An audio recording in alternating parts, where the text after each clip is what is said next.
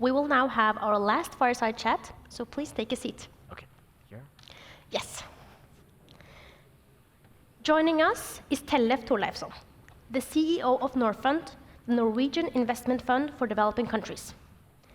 Prior, he was the co-founder and managing partner of Northstone, a venture capital fund, and Voxtra Foundation, which invests in agribusiness in East Africa.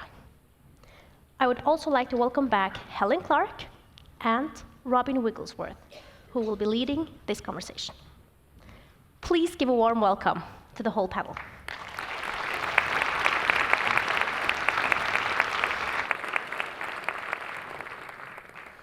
Sorry, I'm back. But I brought guests with me. Thank you very much for the introduction again. We'll dive in. Gabriel, I mean, that was a fascinating presentation. The title was A Modest Proposal. Obviously, the original modest proposal was Jonathan Swift suggesting that they ease starvation in Ireland by eating babies. Do you think they have the same likelihood of succeeding? Look, I think that there are reasons to be optimistic. What are the fundamental reasons why we should be optimistic about the feasibility of this type of proposals? Number one, it's hugely popular.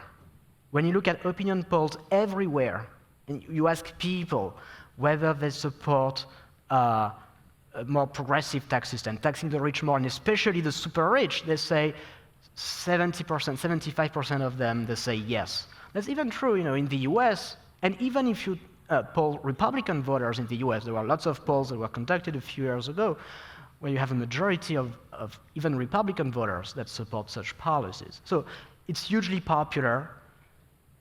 There's a precedent with the global minimum tax and multinationals that shows that it's technically feasible to come together to have common rules like that. And so it's going to take time. Let's not be naive. It's not going to happen immediately. And also, let's not be naive also in the sense that it's important to understand that the super rich, they're going to fight, tooth and nail to prevent that from happening. And they have influence and they have power. But the forces of democracy are powerful.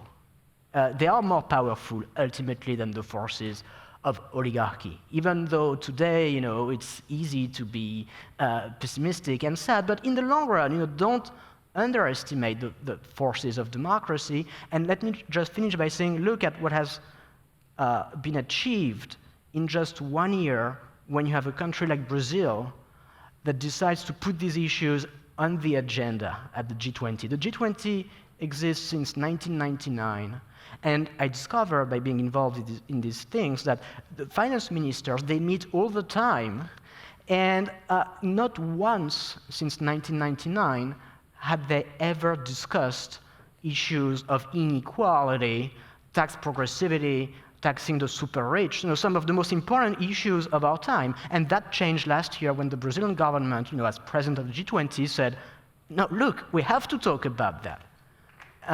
And that's hugely important.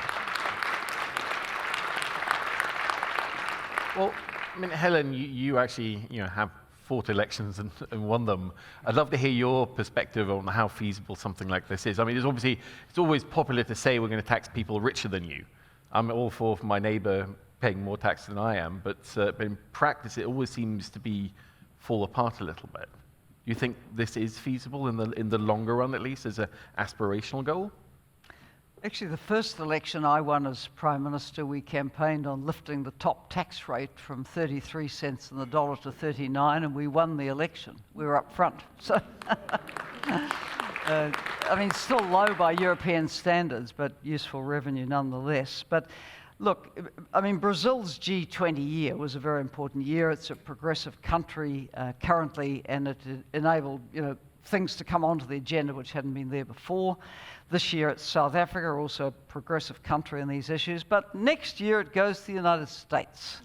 So I wouldn't expect a lot of work to be done on it then, and then it kind of depends on where the baton goes round, doesn't it? Following that, I think possibly the United Kingdom, and following the last UK budget, isn't it correct that about half of the super rich class in the UK are considering going to the Virgin Islands or somewhere because of the change to the non-dom tax rules? So this is really leading me to say that if it were to work, and if I were asked, would I like to see billionaires pay 2% wealth tax a year? Yes, terrific. But will everyone sign up to it? Will there still be tax havens? Will the super rich migrate to those? Is it possible to collect it? I mean, our colleague says it's technically feasible. It probably is, but it absolutely would require everyone in, or it doesn't work. And then the issue is, what's done with the money? Does it go into the national treasury of the country that collects it? Does it go to development? Where does it go? I mean, so it seems to me the devil's always in the detail of implementation and whether you can get real global solidarity around it.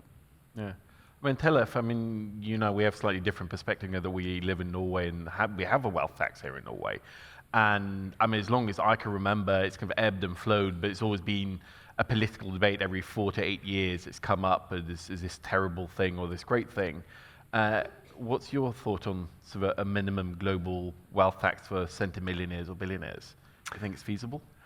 First of all, I think that Mr. Hasid spoke earlier about the trust deficit when it comes to taxation. That's certainly also, globally there's a trust deficit.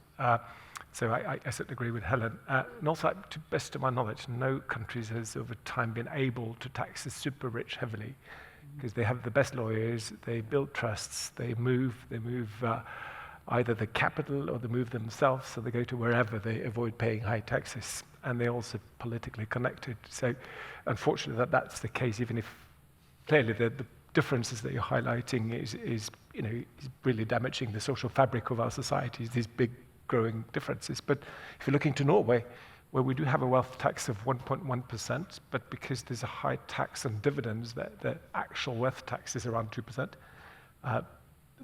All the rich people, or a big group of the rich people, are voting with their feet. They're leaving Norway. They're going to Switzerland.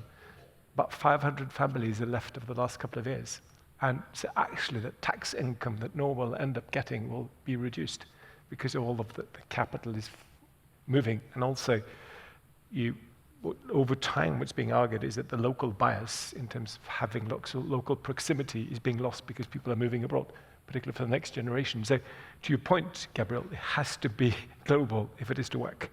Otherwise, they will just go wherever to tax havens. Britain has always been a tax haven, even if the non-dom is closed, all the Virgin Islands and what have you. So they will go wherever. Yeah. Gabriel, how do you see, maybe not global, sort of every country in the world adapting, but how do you see it feasibly happening? Do we need to basically, there's the double Dutch sandwich, right, which was the corporate tax arrangement that the Netherlands has. Ireland is kind of a tax haven, Delaware in the United States. There's always somebody, right, that's going to essentially undermine it.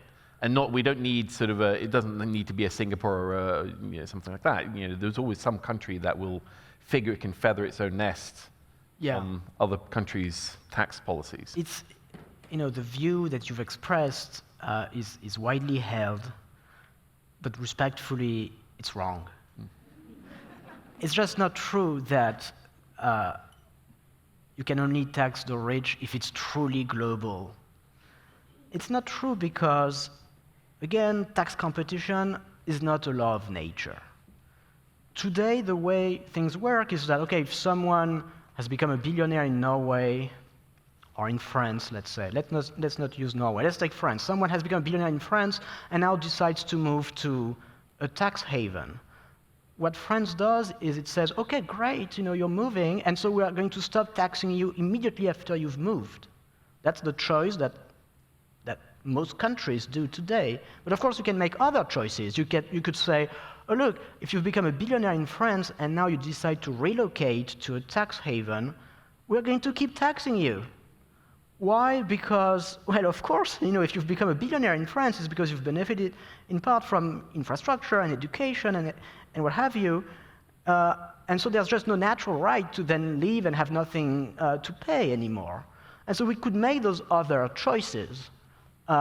meaning that in that case, if a country were to not implement the agreement and try to attract billionaires like that, it wouldn't work, because the countries that do implement the global minimum tax or the coordinated minimum tax would just keep taxing their rich people who would move to those tax havens. By the way, this is how it works also for the minimum tax on multinational firms. That's what's really important in this minimum tax on multinationals, is that there is a set of provisions that say that if some countries choose not to tax their multinationals, then the other countries will tax them on their behalf. Will collect the taxes that non-participating countries choose not to collect. So there are all sorts of mechanisms like that that you can implement to curb the forces of tax competition. But are you imagining something like, how the US taxes citizens globally, wherever they are, that more countries should do something similar, and that eventually, yes, if you decide to give up your French or Norwegian or American citizenship, then maybe you are able to extricate yourself. But fundamentally, it's a tax that follows citizenship, and most people might be willing to move to Switzerland, but they still want to keep the Norwegian passport. Yeah, look, the way the US does it is one way, having taxation based on citizenship. I don't necessarily think it's the right way. What I propose is not that. What I propose is that, if three conditions are met: one, you've become very rich in a country; second, you've spent a long time in that country, you've been a long-term tax resident, you've lived for 40, 50 years; and three, you decide to move to a tax haven, then the country where you've built your wealth should keep taxing you. It's not a matter of citizenship, it's a matter of the duties that you have towards the country where you've become extremely wealthy. And so renouncing citizenship doesn't make any difference, in that system. You can't game the system like that. And at a higher level, billionaires derive their wealth from owning shares in multinational companies that have access to global markets, that make sales in many countries. And those countries, fundamentally, those consumption markets, they have the power to say, oh, look, if you, Jeff Bezos or Elon Musk or what have you, you don't pay taxes in your home country, we will tax you if you want, or the companies that you own want to keep having access to our markets. Well, it makes sense, yeah. But speaking of the sort of minimum corporate tax, because it's a good example of how we can forge these global agreements sometimes, that these aren't laws of physics, they're kind of man-made systems, and we can tweak them if there's enough will.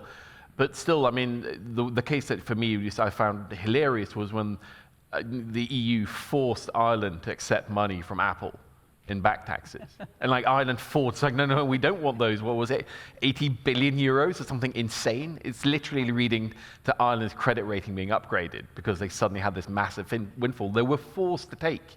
But there will always be countries like that, won't they? That will give citizenship. I'm thinking, frankly, I used to cover the Caribbean, and there are countries there that sell citizenship for investment, for example. But what you have to understand is that this development model that's founded on tax competition is fundamentally unstable. It only works as long as other countries tolerate it. It's a bit like oil extraction, natural resource, let's say oil extraction. It can make you rich for, quite some time, but it's not sustainable in the very long run. And in the case of tax competition, why isn't it sustainable in the very long run? It's not sustainable because it's inherently negative sum for the world as a whole. For the countries that play the game of tax competition, it pays off, like Ireland. Okay, they get tax revenues, and even when there's a fine, they get the proceeds of the fine. That's absurd, but it pays off for them. Big problem is that from an EU perspective or from a global perspective, it's negative sum because the taxes that are avoided by companies by shifting profits to Ireland, they reduce government revenues everywhere, and they fuel inequality. Okay? And so at some point, other countries are going to say, stop. This is enough. And once they start saying stop, then they take measures like the one I was describing. If you want to keep having access to our market, you will have to pay more taxes with us, and this development model founded on tax competition collapses. Yeah. Well, I want to switch tacks a little bit towards some of the stuff that Helen talked about, mostly also because it's in a way of maybe provoking people here in Norway.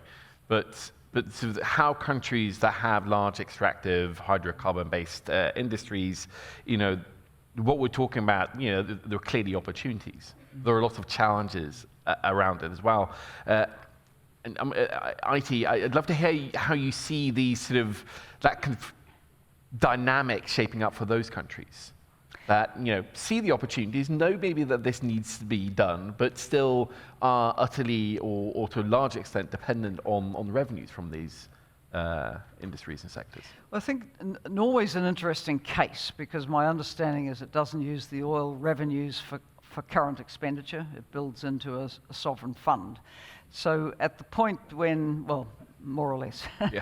At the point when the demand for Norwegian oil and gas is gone, it's had the opportunity to build up a big sovereign wealth fund and presumably diversify into other areas of activity as well. What Norway's potential is for critical minerals or whether the environmental and social impacts of taking those up would be tolerated, I don't know. For a lot of the countries in the EITI family, their substantial revenue flow from extractors is from oil and gas. And we have updated the EITI standard to include reporting requirements related to energy transition. And the point of that is we generate a lot of data which can help for revenue forecasting and planning.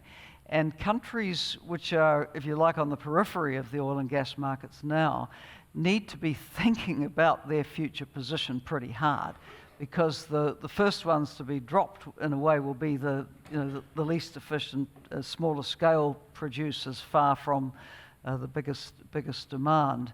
Now, some countries are in the happy position of being on both sides of the equation, so they're making money out of oil and gas now, but they've also got critical minerals that can be worked up.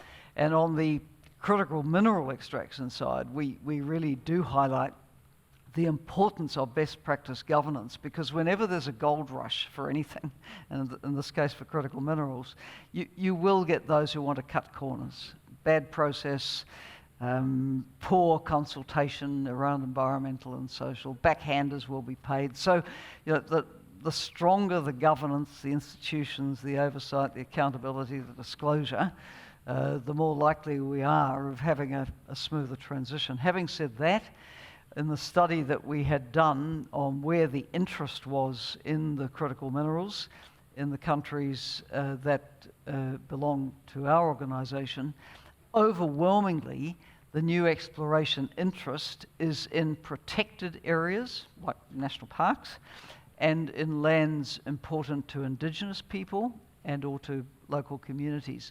So already over that you can see huge red flags of conflict. The energy transition actually is not shaping up to be that, seamless, happy and harmonious a process. No, I suspect not. But that's also something that ties a little bit to Norway. That, I mean, we heard from the Deputy Finance Minister from Brazil earlier that, the cost of extraction in a barrel of oil in Brazil is super cheap environmentally. In Norway, it's also something we tell ourselves in the mirror every morning, that we have very clean oil here in Norway. And I suspect, go to any oil country, they'll say that their industry is uniquely clean and green and amazing. So obviously everybody else needs to shut their spigots, as it were, but we need to pump ours. Is that always going to be, like I said, to return to your political experience, my feeling is that, fundamentally politicians, they need to get elected within the next 4 to 5 years. And, some of these questions we talk in abstract about the world we leave our children. In practice, people respond to their own personal incentives and how do I keep my job in 4 years' time? Yeah. So we're never going to be able to do it. Well, in reality, does Norway have a plan for when there is no oil and gas being pumped? Is the Sovereign Wealth Fund going to cover it? Is the investment in different forms of economic activity sufficient to carry you forward? I mean, these are real life debates, and these are debates not just that Nigeria or Gabon or Guinea should be having, right? The debates that every oil producer needs to be having. What is your future plan when these revenues don't flow? Because there will come a time when they don't. Well, I mean, Tellef, I mean, you obviously look outside of Norway primarily with your job. I'd love to hear your perspective, as a Norwegian, on this and how it also plays out in some of the countries that Norfund invests in and helps.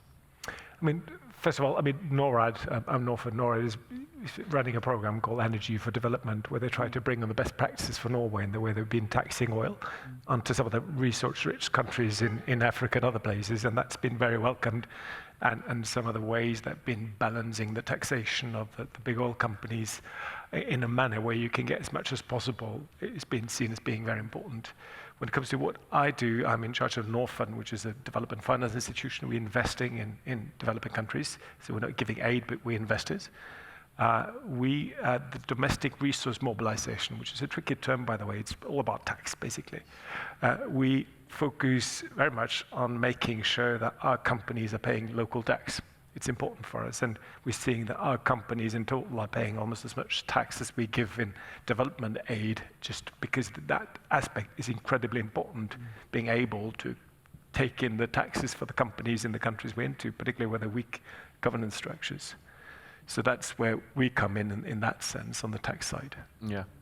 I mean, what is the outlook? I was reading one of the reports that I think was Memon made for NORAD on Norwegian FDI, for example, and in stock it's pretty sizable, but most of it's in Brazil, and I think something like 80% of it's in sort of higher mid-income countries, and low-income countries actually get 2% in Norwegian FDI.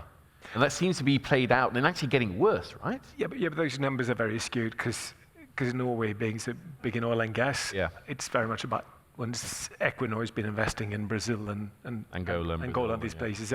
Those numbers, to me, are hard to read.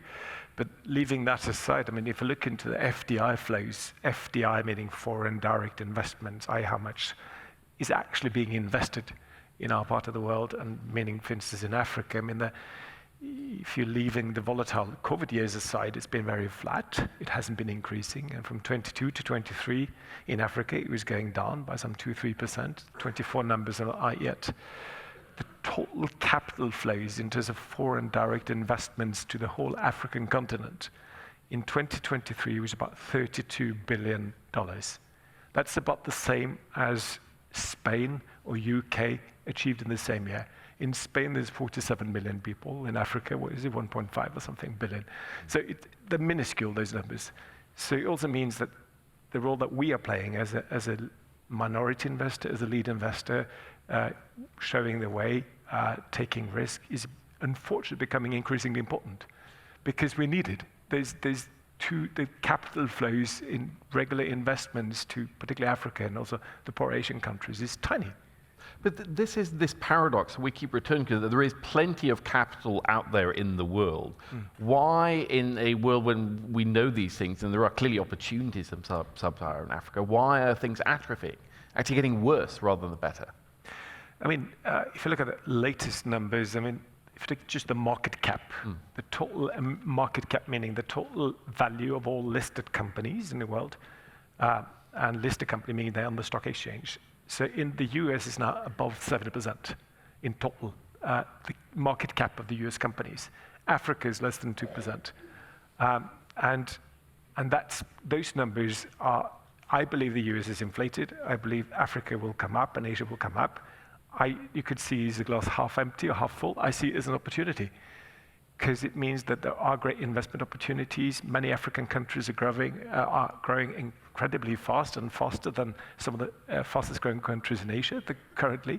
It's a very mixed picture.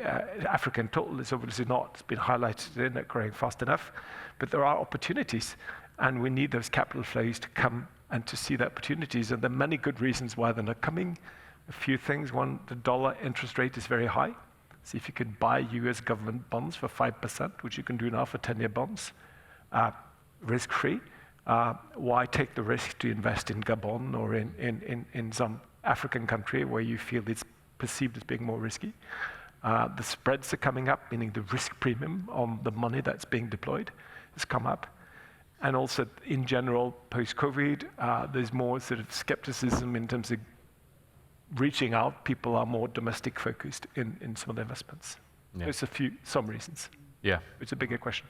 Yeah, no, it's huge. I mean, I really want to talk about sort of the idea of another HIPIC program as well for the region.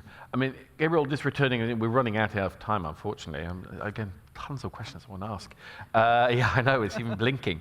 But Gabriel, just, okay, quickly, one thing you'd like to see in 2025, like an achievable, realistic, but meaningful reform project, something or another. I think one country, let's say Norway, that moves forward with the minimum tax of 2% on billionaires. Don't wait for international agreement. You don't have to. Do it now. Okay. Helen, yeah.